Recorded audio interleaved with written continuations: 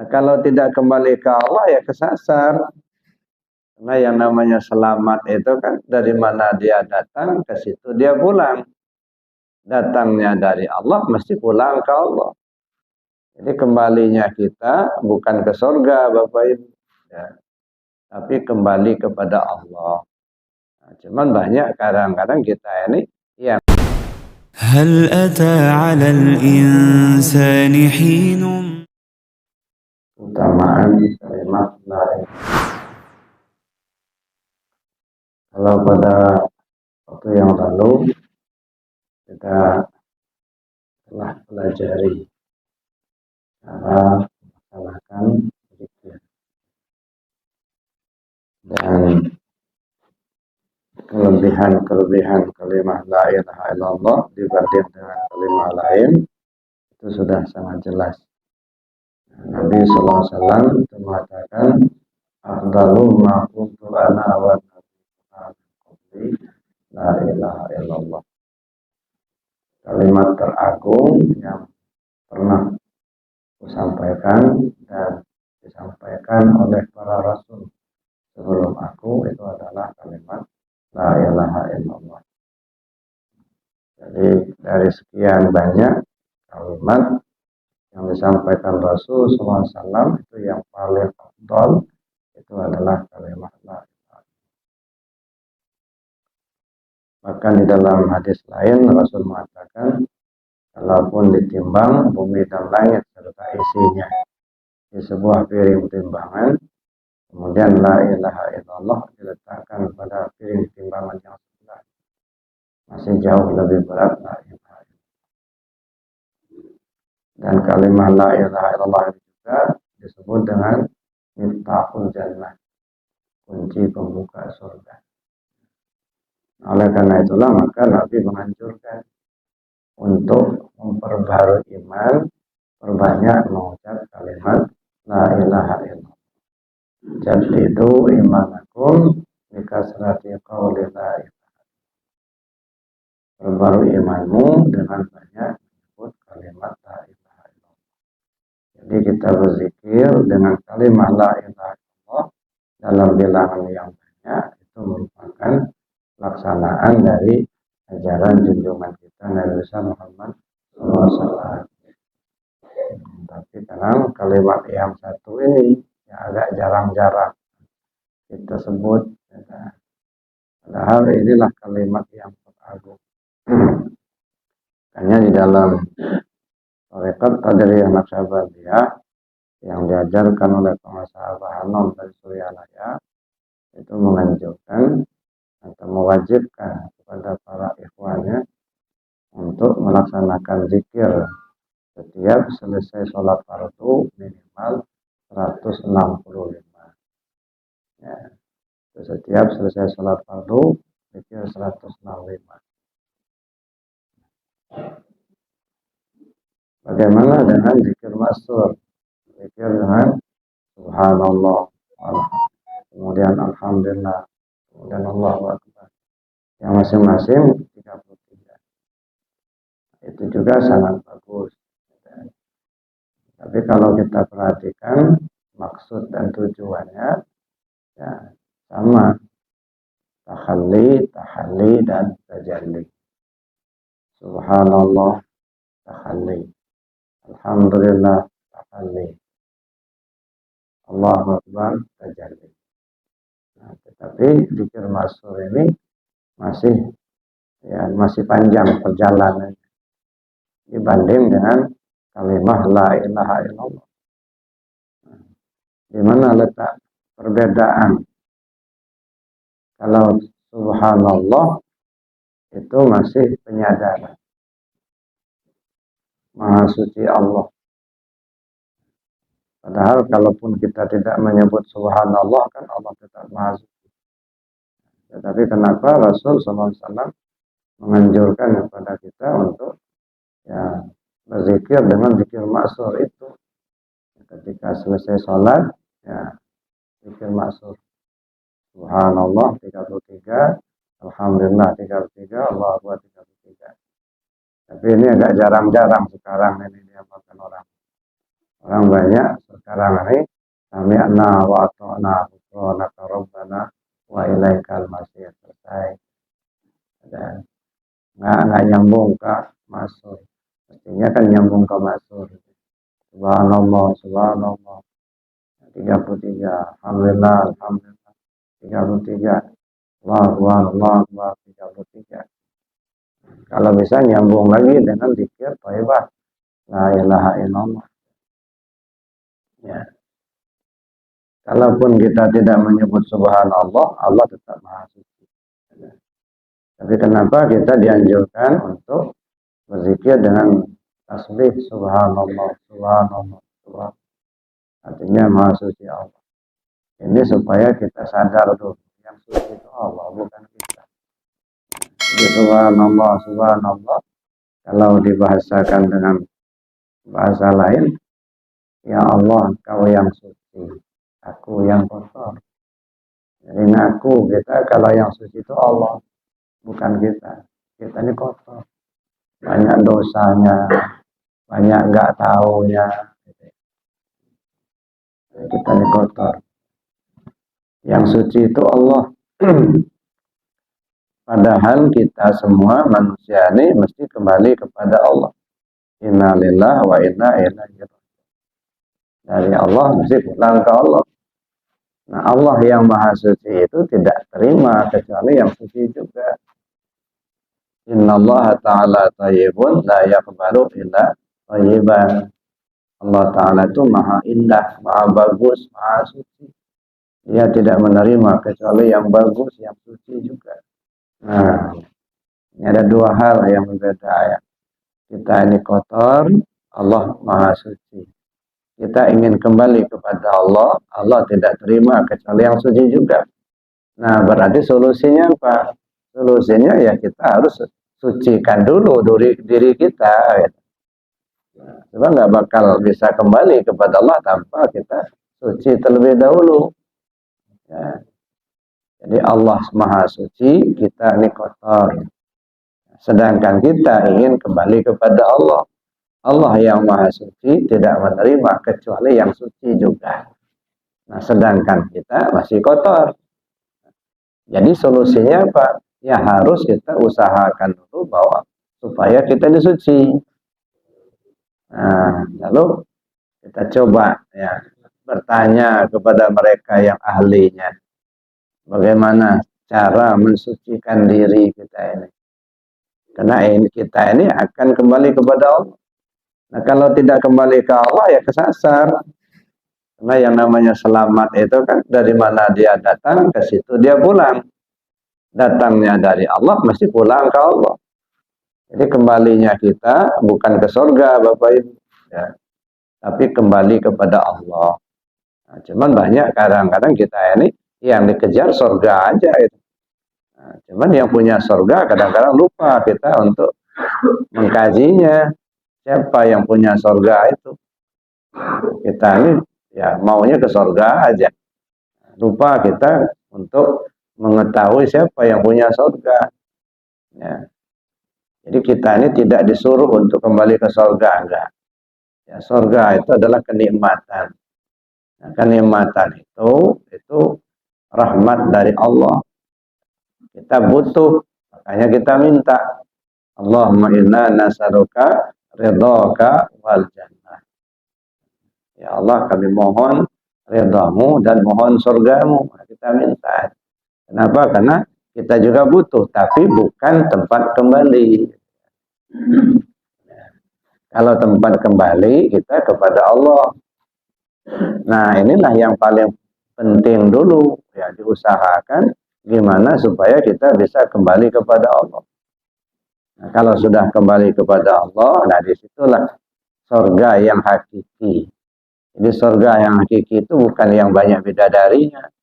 Ya, surga yang hakiki itu kembalinya diri kita kepada Allah. Nah, kalau sudah kembali kepada Allah, nah, pastilah kenikmatan diberikan oleh Allah pada kita. Ya. Nah, ketika kita sudah menginginkan untuk kembali kepada Allah, sedangkan kita ini kotor, ya, maka solusinya adalah berusaha untuk membersihkan diri kita. Nah, bagaimana cara kita untuk membersihkan diri kita ini? Nah, kita bertanyalah kepada mereka yang ahlinya. Bagaimana cara untuk membersihkan diri kita agar kita bisa kembali kepada Allah. Nah, menurut Imam Al-Ghazali itu ada 4 langkah yang harus kita tempuh. Pertama, kita bersih dari hadas dan najis dulu. Itu langkah pertama. Yang membersihkan diri dari hadas besar itu mandi. Membersihkan diri dari hadas kecil berwudu. Kalau tidak ada air, tayamum. Nah, langkah awal. Lalu membersihkan diri dari najis, terbuang bendanya, terbuang baunya dan basah. Langkah pertama. Sudah kita lakukan, kita sudah tahu caranya. Cara berwudu, cara mandi, ya, sudah tahulah kita. Cara membersihkan najis sudah tahu. Masuk ke langkah yang kedua. Di langkah yang kedua membersihkan anggota tubuh zahir. Anggota tubuh zahir kita ini ada 8. Mata, telinga, hidung, mulut, tangan, kaki, perut, dan kemaluan. Nah, ini. Jadi 8 macam anggota tubuh zahir ini, kalau kita gunakan berbuat baik, kita dapat pahala. Tapi kalau kita gunakan berbuat jahat, kita dapat dosa. Maka sering saya sampaikan, pahala itu nggak usah dicari. Karena udah otomatis. Cuman kita ini kadang-kadang nyinyir aja. Mudah-mudahan amal ibadah yang kita lakukan hari ini mendapatkan pahala dari Allah. Kayak nggak percaya sama Tuhan. Ngapain diminta lagi, nggak dijanjikan. Nah, ini yang mubazir. Ya, mudah-mudahan ya yang kita lakukan hari ini mendapat pahala dari Allah. Kayak nggak percaya. Padahal sudah jelas, wa may ya'mal misqala dzarratin khairan yara wa may ya'mal misqala dzarratin syarran yara. Jadi sekecil apapun perbuatan baik yang kita lakukan pasti dibalas. Makanya orang yang minta pahala itu ya sama aja mancing ikan dalam ember. Ya, Bapak beli ikan di pasar yang masih hidup, sampai di rumah ambil baskom kasih air, lepasin ikannya, ambil pancing, boleh nggak? Boleh, siapa yang larang? Ikan aku yang beli, pancing aku yang bikin, ya, yang mancing aku, duit aku, pancing aku, siapa yang larang? Nah, cuman kira-kira ada manfaatnya apa tidak? Nanti membazir ikan dalam ember kok dipancing, goreng aja selesai. Nah, yang perlu kita pancing itu ikan yang masih liar, yang masih di kolam, yang masih di sungai, yang masih di laut. Nah, itu perlu dipancing karena memang masih liar. Kalau ibadah juga begitu. Kalau pahala mah sudah jelas itu. Ya, nggak diminta juga sudah disiapkan sama Allah. Ya, walaupun kita nggak mau, misalnya tetap sudah ada dijanjikan oleh Allah. Nah, yang masih liar itu ridhonya. Ridho Allah masih liar. Walaupun semalam suntuk kita tunggang-tunggi ibadah, itu nggak tidur semalaman, apa dapat ridho Allah? Belum tentu. Seumur hidup kita rajin betul ibadah kita, ya, apa sudah dapat ridho Allah? Nggak ada, nggak jelas. Nah, karena nggak jelas itu, maka kita minta, ya, mudah-mudahan amal ibadah kita mendapatkan ridho Allah. Wajar kalau diminta, karena memang belum jelas. Gitu. Kalau pahala udah jelas, apa diminta lagi? Nah, oleh karena itu, ya, anggota tubuh zahir yang 8 macam ini, kadang-kadang kita gunakan berbuat baik, kadang-kadang kita gunakan berbuat jahat. Ketika kita gunakan berbuat baik, kita dapat pahala. Ketika kita gunakan berbuat jahat, kita dapat dosa. Kata Nabi SAW, ketika hamba melakukan satu perbuatan maksiat, maka tumbuh bintik hitam di hati. Nah, tumbuh bintik hitam satu di hati. Belum sempat minta ampun sama Allah, udah bikin maksiat yang kedua. Tumbuh lagi bintik hitam yang kedua. Belum sempat lagi taubat, udah bikin lagi maksiat yang ketiga. Ya, tumbuh lagi bintik hitam yang ketiga. Sehingga banyak numpuk bintik hitam di dalam hati kita. Nah, kalau bintik-bintik hitam sudah banyak menyelubungi hati kita, maka nur qalbi tidak memancar keluar. Nah, ketika nur qalbi tidak memancar keluar, maka alam menjadi gelap. Mata tak tahu mana yang boleh dilihat, mana yang tidak. Mulut tak paham mana yang bohong, mana yang enggak. Tangan pun tak ngerti mana barang orang, mana barang kita. Nah, gelap ini namanya alam gelap. Nah, kalau kita selalu berada dalam kegelapan, ya tak tahu lagi jalan pulang kepada Allah. Kemana arah hidup ini? Sehingga kadang-kadang kita nggak kepikiran kemana arah hidup ini. Seolah-olah hidup ini cari duit. Coba Bapak Ibu perhatikan. Tamat kita sekolah SD, kepingin masuk SMP. Ya. Kenapa nggak masuk sanawiyah aja? Ya kalau sanawiyah kan agak susah dapat kerjanya. Seolah-olah begitu ya. Kalau SMP kan agak gampang. Gitu. Ya. Kalau tamat SMP, masuk SMA, masuk apa namanya sekolah teknik, ya MK, apa namanya sekolah kejuruan. Ya. Kenapa nggak masuk aliyah aja? Nah makanya kadang-kadang dari dulu agak jarang orang sekolah agama itu karena dianggap itu susah dapat kerja. Tapi alhamdulillah kalau sekarang ini sudah berduyun-duyun orang masuk sekolah agama. Bahkan masuk pondok pesantren itu sudah ngetren sekarang. Ya, karena ternyata sama aja Pak. Sekolah umum juga kadang-kadang susah juga dapat kerjanya. Nah, tapi intinya orang kadang-kadang berpikir sekolah bagaimana supaya cepat dapat kerja. Kalau sudah dapat kerja, dapat duit. Nah, kalau sudah dapat duit, bisa beli makan, bisa beli rumah, bisa beli mobil. Kalau sudah bisa beli makan, kita makan kenyang. Kalau sudah kenyang, tenaga kuat. Kalau sudah tenaga kuat, bisa kerja lagi. Sudah kerja, dapat duit lagi. Kalau sudah dapat duit, beli makan, kenyang lagi. Sudah kenyang, kuat lagi, kerja lagi. Dan gitu terus. Muter di situ. Ya. Gimana supaya dapat kerja, dapat duit, beli makan, kenyang, kuat tenaga, kerja lagi. Muter kayak embek.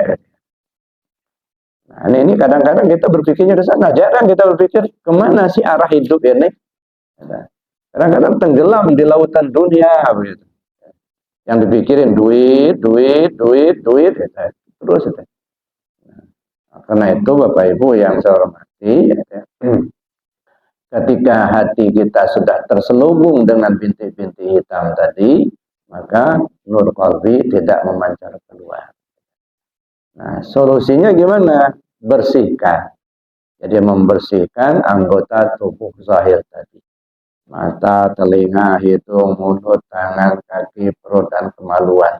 8. Cara membersihkannya gimana? Istighfar dan taubat. Nah, ini langkah yang kedua. Nah, jadi istighfar dan taubat. Apa bedanya? Kalau istighfar, minta kepada Allah supaya bekas dari perbuatan maksiat itu dihapus. Itu bekasnya. Sebab setiap perbuatan maksiat itu pasti menimbulkan bekas. Nah, begitu juga misalnya kena besi, kena karat, nah, karatan, begitu kita hapus ada bekas. Setiap perbuatan maksiat kita lakukan pasti meninggalkan bekas. Ya. Nah, salah satu contoh misalnya, dulu ada orang rajin betul ibadahnya, sholat awal waktu berjamaah, puasa Senin Kemis. Nah, tiba-tiba dia melakukan satu perbuatan maksiat, ya, karena dia silaturahim sama temannya itu menyuguhkan minuman keras. Ya, menghormati kawan, dicobalah minuman keras itu. Memang dulu udah pernah dulu itu ya. Sudah lama nggak minum air, minuman keras itu. Nah, karena menghormati kawan, udah diminum. Nah, begitu sudah diminum, sehari belum terasa. 2 hari, 3 hari. Beberapa hari kemudian timbul kemalasan. Malas berjamaah, salat sendirian aja. Lama-lama sudah mulai malas mengerjakan sholat. Nah, ini namanya bekas. Bekas dari perbuatan maksiat. Jadi kalau timbul kemalasan kita untuk ibadah kepada Allah, itu sangat boleh jadi karena tertutup oleh dosa kita sendiri. Nah, oleh karena itulah maka kita mohon ampun kepada Allah, istighfar.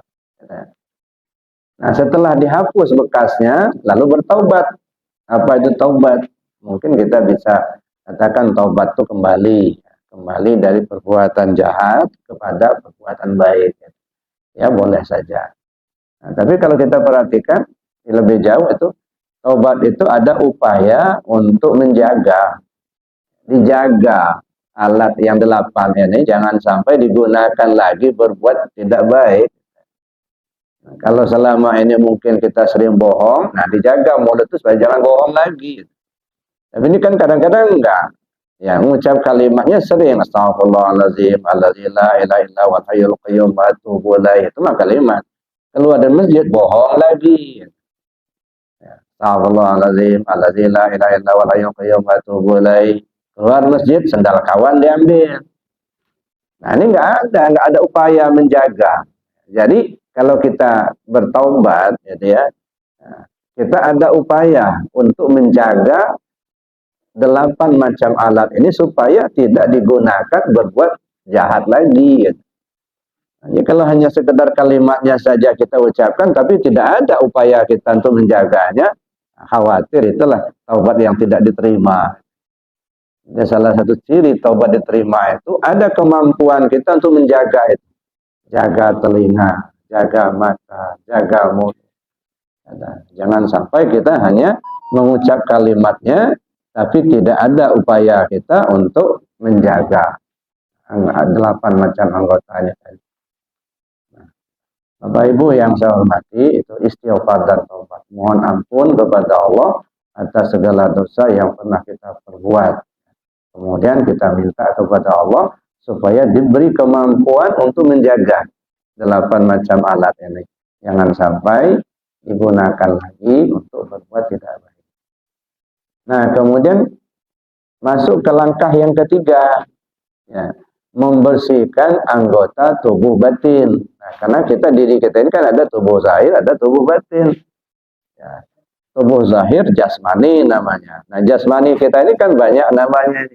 Bisa disebut jasmani, disebut juga tubuh basyari. Kalau dalam istilah tasawuf disebut dengan ayan kharajiyah. Itu jasmani inilah tubuh kasar namanya. Nah, tapi ada yang namanya tubuh halus. Tubuh halus itu ruh pada kita, atau sebut ruh. Ruh ini kalau dia menghidupkan nyawa namanya. Tapi kalau dia punya kemauan, nafsu namanya. Maka nafsu itu nggak bisa dibunuh. Ya, gimana ngebunuh nafsu itu? Kalau nggak ada nafsu, masjid ini nggak akan bagus begini. Enggak. Nah, kalau nggak ada nafsu, nggak ada kue di depan. Maka nggak bisa dibunuh nafsu itu. Yang bisa diarahkan supaya nafsunya baik. Sebab ada nafsu yang masuk neraka, ada nafsu yang masuk surga. Nah, pernah nggak Bapak Ibu dengar ceritanya Ashabul Kahfi? Ada 7 orang ya yang terjebak dalam gua. Ya. Ketika mereka bangun, nggak tahunya sudah 300 tahun di dalam gua itu. Nah, dinyatakan masuk surga 7-7-nya. Ya, kemudian ada anjingnya 1. Anjing masuk surga juga. Jadi ada anjing yang masuk surga. Jadi Bapak Ibu yang saya hormati, nah ini yang sering saya katakan, ketika kita membaca ayat Al-Quran itu, ya yang perlu kita cari itu petunjuk suci yang terkandung di dalam Al-Quran itu. Kadang-kadang kita cuma hanya membaca tulisan. Yang kita baca tulisan saja. Kemudian kita bangga dengan melagukan, menyanyi-nyanyikan. Tapi mana pesan sucinya? Nah, ini yang kadang-kadang nggak ketemu. Nah, sedangkan Al-Quran itu kan petunjuk. Nah, petunjuknya itu yang perlu kita temukan. Mari kita lihat dulu Ashabul Kahfi. Ya, ceritanya memang seperti itu. Artinya ada 7 orang. Awal mulanya kan mereka ini 6 orang. 6 orang pemuda. Ya, yang menjadi ya tim ahli dari seorang raja. Tapi kemudian raja ini kelihatan sudah menyimpang, ya, sudah mulai mendurhakai Allah, maka mereka ini keluar dari tim itu, keluar dari kerajaan itu. Nah, mereka ingin menyusun kekuatan untuk menegakkan kalimat tauhid, menyusun kekuatan supaya melawan kepada kesewenang-wenangan raja itu. Nah, mereka ini pergi. Mampirlah mereka di sebuah tempat, ternyata itu masih tempat itu tempat penggembala kambing.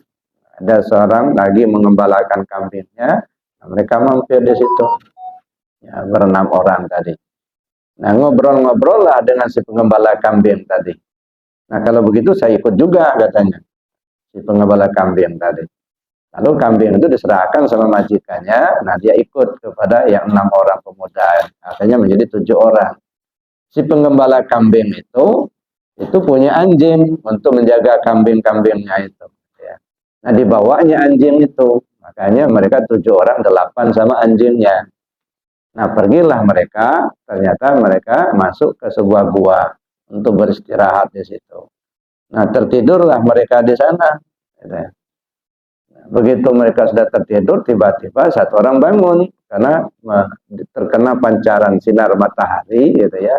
Terbangunlah dia. Begitu dia terbangun, lalu kemudian dibangunkannya kawannya yang 6 orang. Nah, bangun, ini udah siang kan. Terbangunlah mereka yang 6 orang tadi. Nah, bincang-bincang kita ini, berapa lama kita ini tidur di sini? Yauman au ba'da yaum. Sehari apa setengah hari ini. Nah, kemudian satu orang ya pergi ke pasar mau beli makanan. Nah, saya punya duit nih, masih ada duitnya. Ternyata mereka sudah 300 tahun Pak tidur di situ. Nah, duitnya pergilah ke pasar, begitu dibelanjakan nggak laku lagi. Duitnya sudah ganti. Ya. Kemudian pimpinannya juga, rajanya juga sudah ganti, gitu. Sudah bukan raja yang dulu lagi.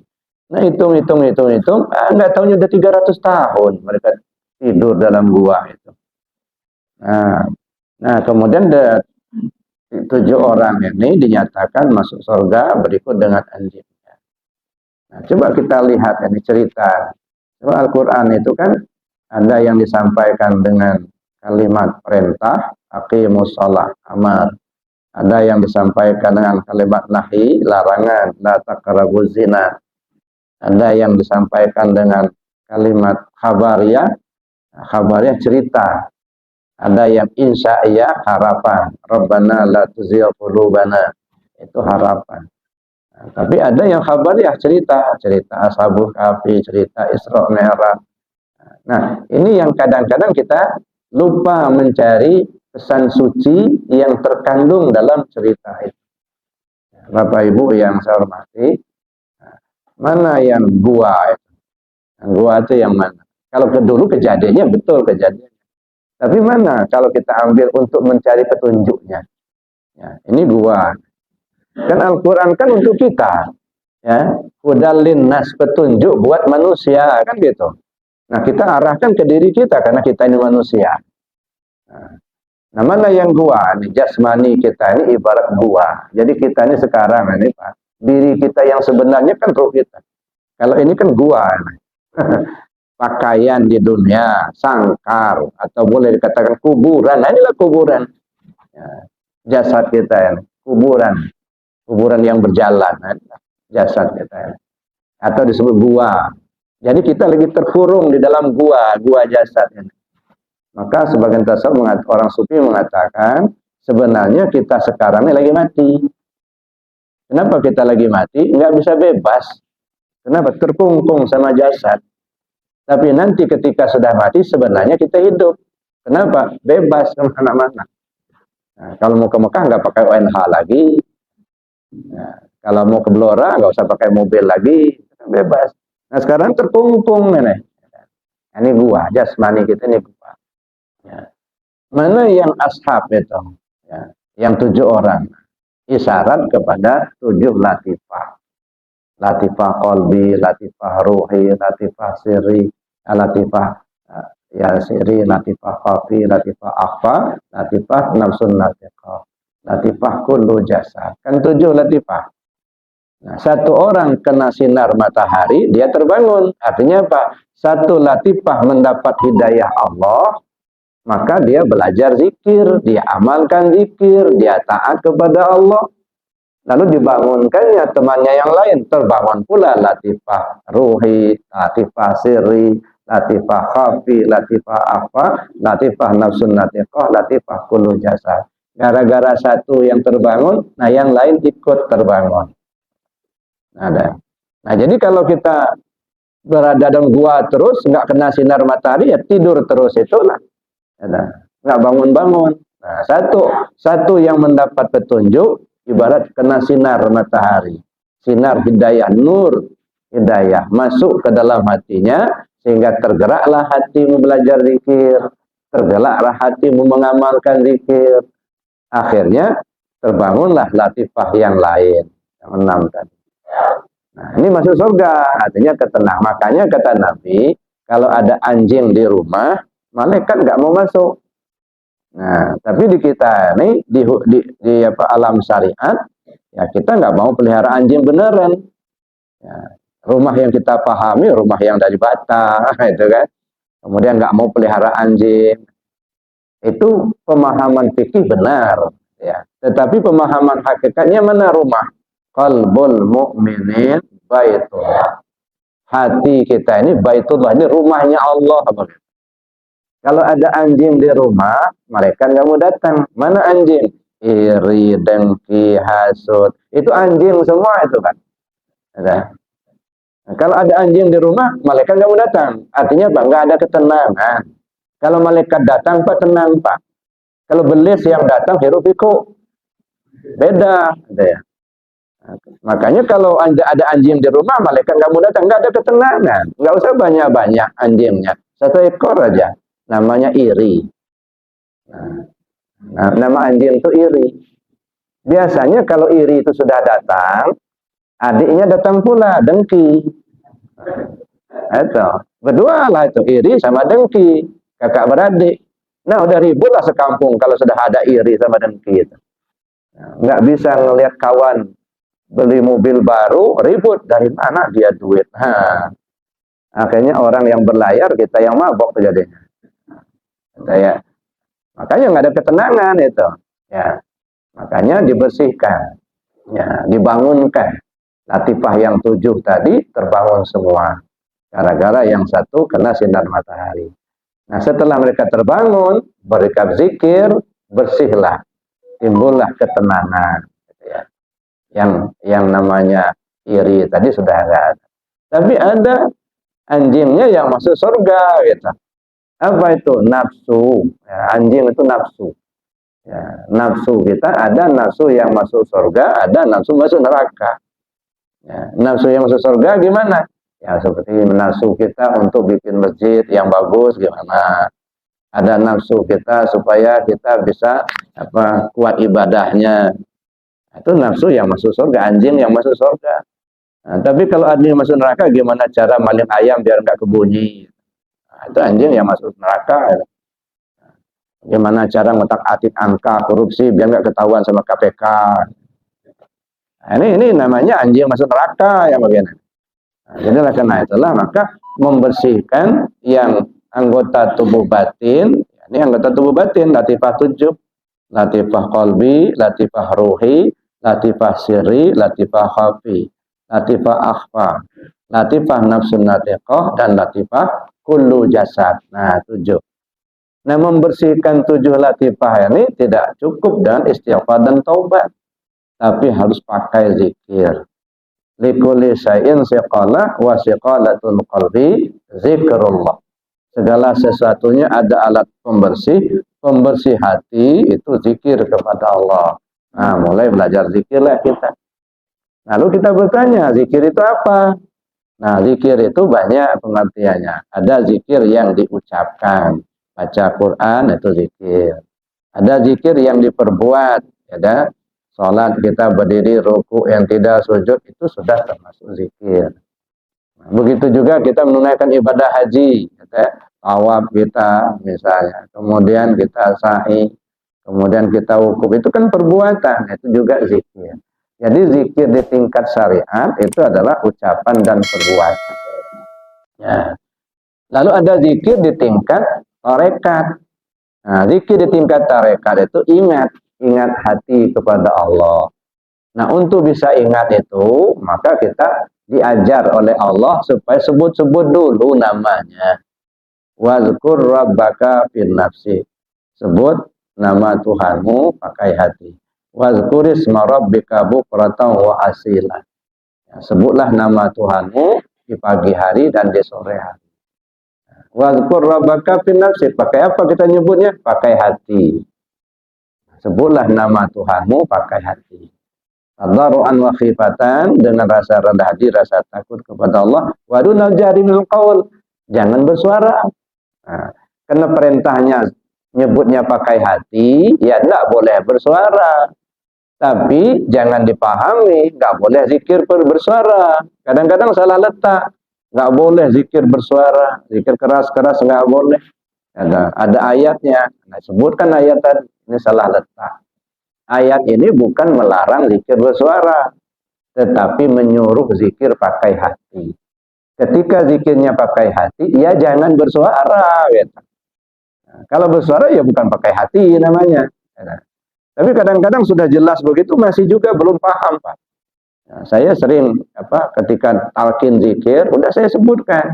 Sebut nama Allah pakai hati, jangan bersuara, jangan pakai lisan.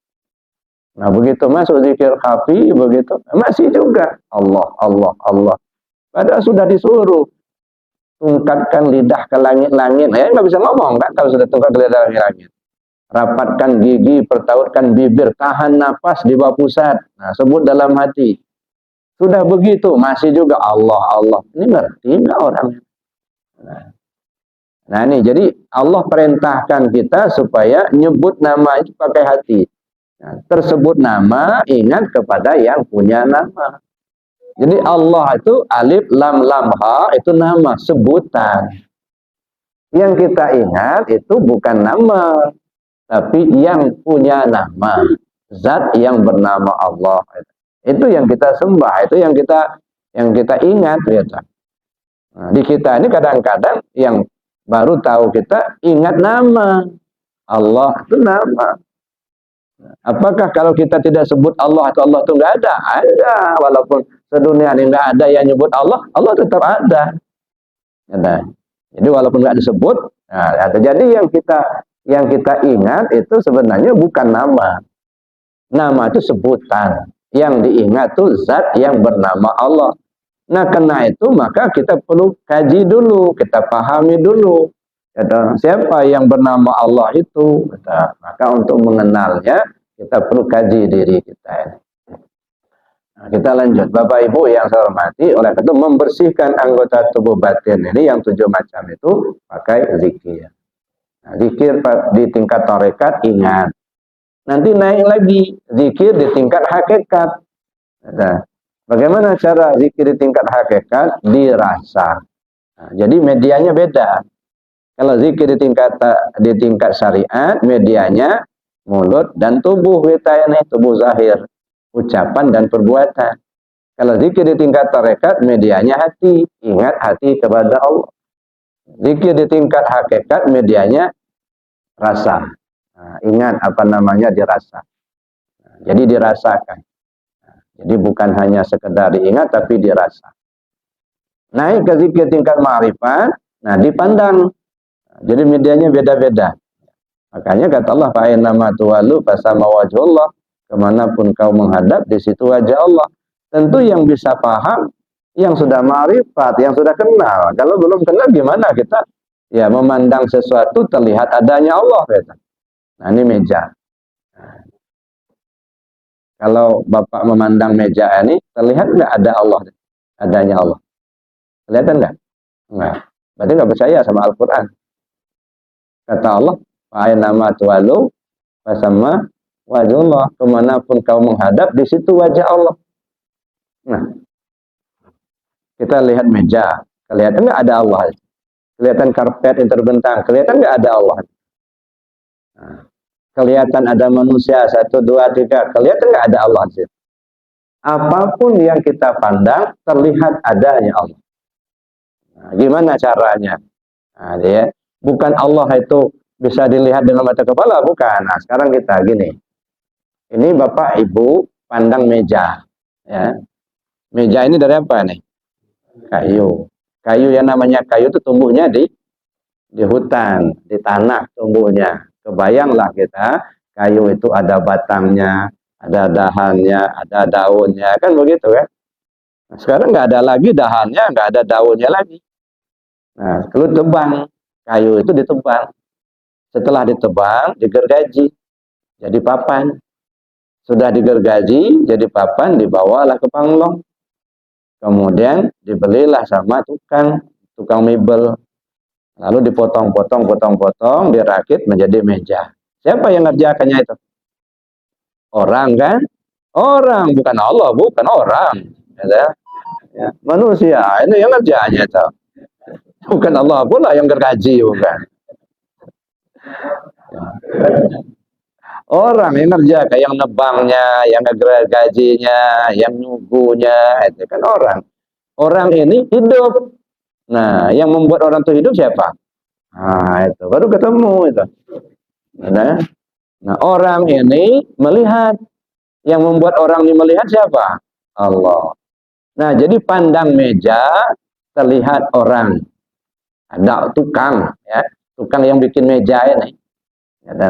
Jadi dipandang meja terlihat tukang. Begitu kita sudah melihat tukang, nah mejanya nggak kelihatan lagi, nggak kayak kita ngaca. Nah, ini ngaca. Yang dipandang apa?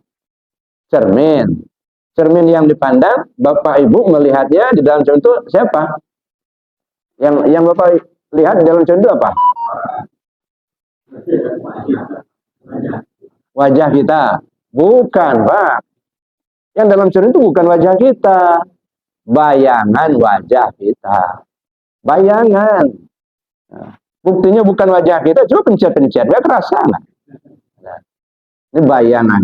Tapi begitu kita melihat bayangan wajah kita di dalam cermin, serasa-rasa melihat wajah kita yang asli.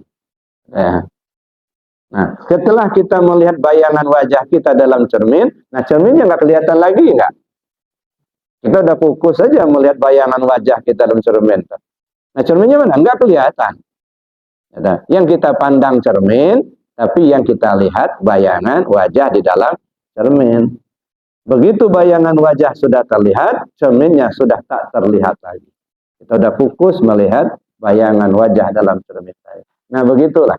Kita pertama pandang meja, sudah dipandang meja, terlihatlah tukang yang bikin meja. Jadi seolah-olah sudah melihat tukang.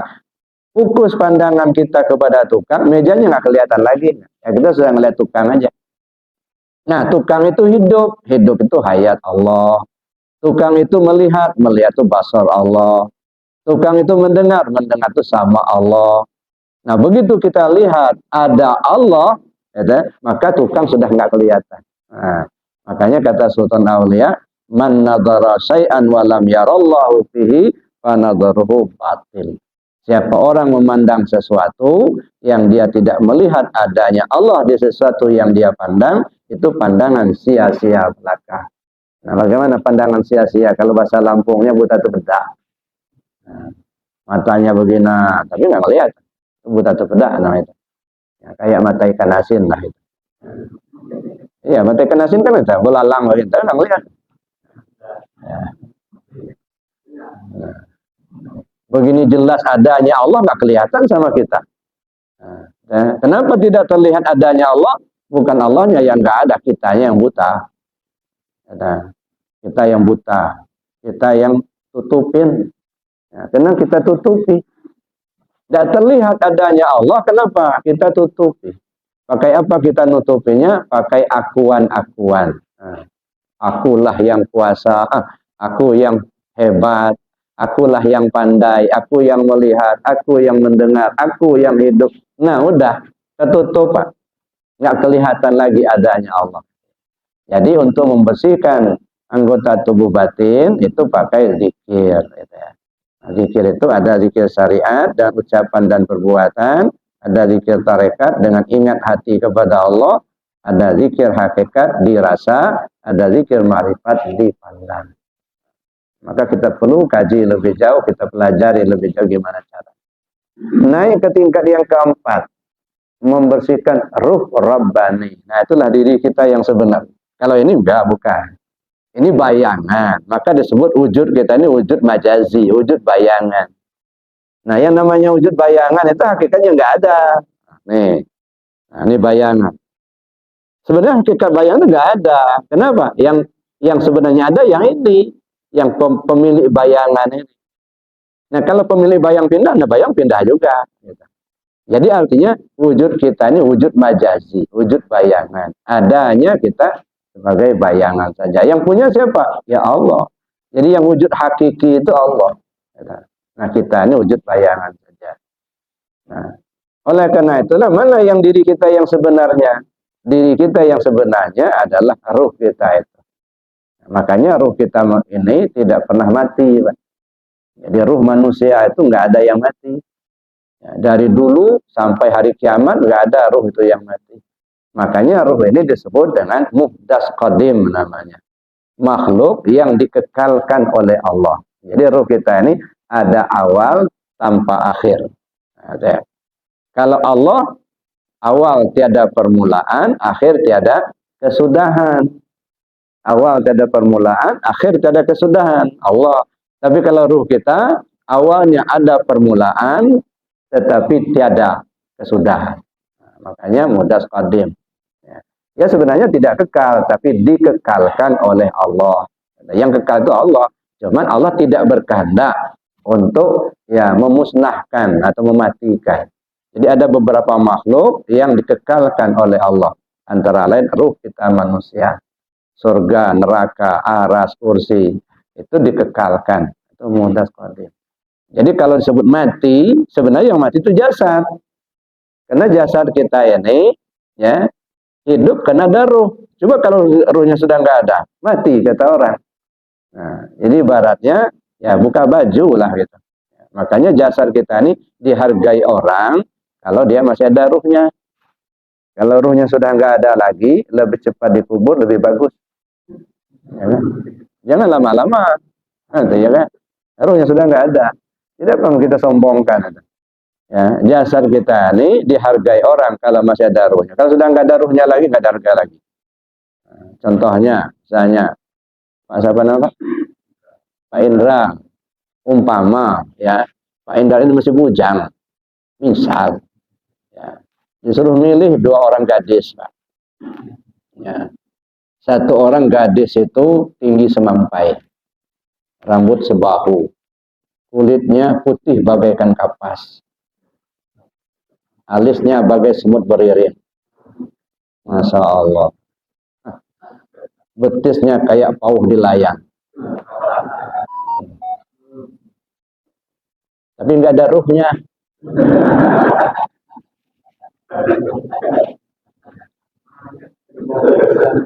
Nggak ada ruhnya. Ada. Tapi ada 1 gadis lagi, pendek, hitam, gemuk. Pesek pula. Cuman ada ruhnya. Kalau Bapak suruh milih, milih yang mana?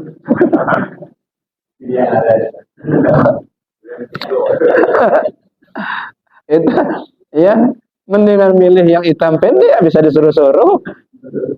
Kalau yang satu boneka, ya, walaupun bagus, cantik, nggak ada ruhnya. Nah, itu artinya, ya, artinya itu, ya, walaupun cantik, kalau nggak ada ruhnya, nggak bisa nolong, nggak, ya. Mau diapain, mainan aja. Masya Allah. Ya.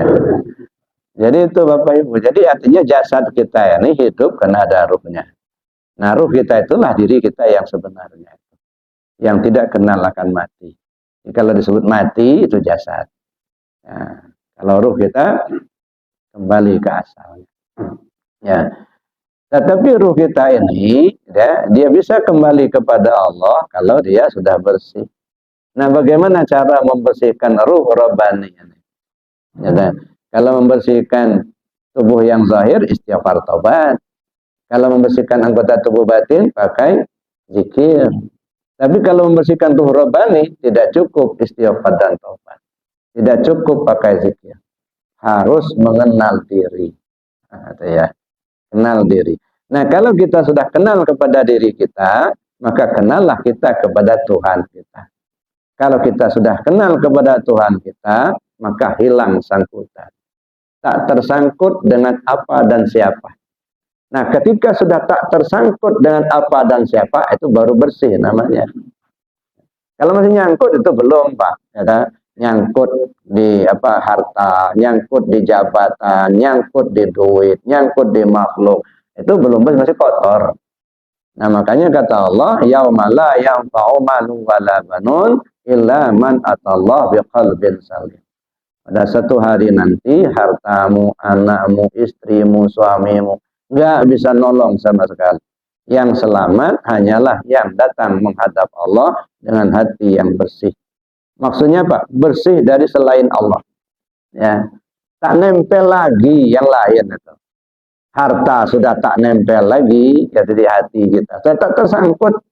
Jabatan sudah tak tersangkut lagi di hati. Nah, baru bersih namanya. Jadi membersihkan tuh Rabbani dengan cara mengenal diri. Kalau sudah kenal diri, kenal kepada Allah. Kalau sudah kenal kepada Allah, hilang sangkutan. Nah, ini yang susah apa? Menghilangkan sangkutan itu. Hati kita tersangkut. Ya, misalnya saja, hilang aja sendal kita sebelah. Ya, umpamanya gitu. Begitu kita keluar masjid nggak ketemu sendal sebelah. Padahal baru beli itu. Mahal juga harga 500.000. Misal begitu. Ya, butuh pulang, nggak ada sendal. Mungkin seminggu itu cerita sendal itu lah. Artinya kalau dia mati dalam seminggu itu ingat sendal itu lah. Ya. Jadi artinya tersangkut. Nah, bagaimana kalau sudah tersangkut? Ya sudah, kalau hilang ya sudah, ganti aja yang baru gitu ya. Ngapain dimasukkan ke hati gitu. Cuman di kita ini kan lain, tersangkut. Begitu sudah nggak ada, waduh kena santet ini kayaknya. Nah, pemikiran kita ke sana aja itu. Atau kena guna-guna nih. Ya. Enggak tersangkut. Gimana supaya enggak tersangkut? Plong begitu. Nah, jadi untuk menghilangkan sangkutan itu kenali diri. Kenal diri, kenal kepada Allah. Kenal kepada Allah, hilang sangkutan. Mudah-mudahan kita diberi petunjuk oleh Allah. Amin. Allahumma amin. Bapak Ibu yang saya hormati, karena kita dibatasi waktu, saya cukupkan demikian materinya. Mungkin kalau masih berlanjut, tanya jawab, silakan kita diskusikan. Sementara saya akhiri dulu. Assalamualaikum warahmatullahi wabarakatuh.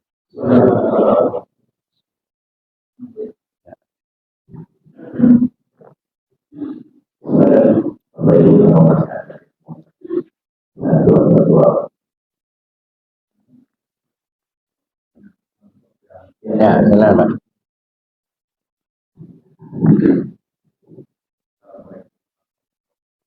Waalaikumsalam warahmatullahi wabarakatuh. Doa sebelum berzikir, Pak. Kira apa kita zikir supaya kita tetap semangat.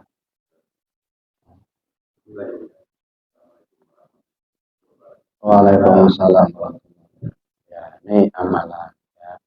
Kalau di tarekat kemarin sudah kita pelajari, gitu ya, diawali ilahi anta maksudi warido kamatlubi. Nah, ini yang perlu ditanamkan ketika kita untuk berzikir. Ya Allah, kau yang petuju, ridhomu yang kuharap. Jadi kita berzikir itu tujuannya menuju Allah, bukan menuju-nuju yang lain. Itu yang perlu ditanamkan. Itu yang sering diucapkan ketika mengawali zikir. Ilahi anta maksudi waridho kamatlubi. Antini mahabbataka wa ma'rifataka. Ya Allah, kau yang kutuju, ridhomu yang kuharapkan. Ya, berilah aku mahabbataka, mahabbah dan ma'rifat. Jadi ada ikrar, ada permintaan. Dua ikrar, dua permintaan. Nah, ikrar ilahi anta maksudi waridho kamatlubi. Ini menurut saya ini rel dalam beribadah. Apapun ibadah yang kita lakukan, relnya ini dua. Ilahi anta maksudi waridho kamatlubi. Jangan bergeser dari situ. Bukan kita zikir supaya dagangnya laris, bukan. Bukan kita zikir supaya jabatan naik, enggak. Zikir yang kita lakukan untuk menuju Allah. Ya, jadi apapun zikirnya itu relnya, Pak. Ya, maka tanamkan di hati kita yang kita tuju Allah. Kenapa selalu saya tekankan itu? Karena angan-angan yang kita tanam selama hidup khawatir terbawa-bawa sampai mati, Pak. Ya. Kalau angan-angan yang kita tanamkan betul-betul menuju Allah, insya Allah sampai mati pun kita akan menuju Allah. Artinya, apapun godaan yang mengajak kita nggak mau. Kenapa? Karena yang kita tuju itu Allah. Ya, misalnya ada orang mati yang mau meninggal, Pak, katanya, sini Pak, ini bidadari, kami bidadari yang Bapak angan-angankan selama hidup dulu. Masuk kita ke situ. Iya ya, jadi cantik kayaknya tuh. Nah, masuk kita ke situ, khawatir Pak jadi kuntilanak, Pak. Nggak sampai ke Allah.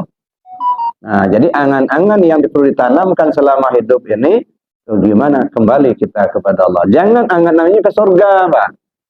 Nanti tertipu nanti di perjalanan. Pak, sini Pak, ini surga yang Bapak cari.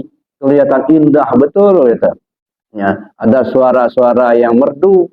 Ada orang-orang yang memanggil-manggil, Bapak, sini Pak. Enggak tahu masuk ke situ kahyangan, Pak. Bukan surga, tertipu lagi. Khawatirnya jadi siluman nanti. Nggak sampai ke Allah.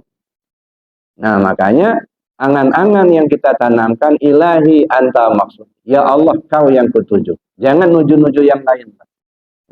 Bukan ke surga, bukan ke pahala, bukan. Kecil amat urusan yang begitu. Kenapa saya katakan kecil? Karena itu ya pemberian Allah. Itu rahmat Allah. Allah yang Maha Kuasa. Yang besar Allah begitu. Nah, maka kita tuju yang besar itu. Ya, kita nuju Allah gitu ya. Nah, kalau kita sudah tanamkan di hati kita hanya kepada Allah, insya Allah kita akan terjaga gitu ya. Jadi saya kira itu Pak ya, yang perlu ditanamkan. Apapun doanya terserahlah. Tapi intinya itu. Ilahi anta maksudi. Ya Allah, kau yang petunjuk. Ya, saya kira itu.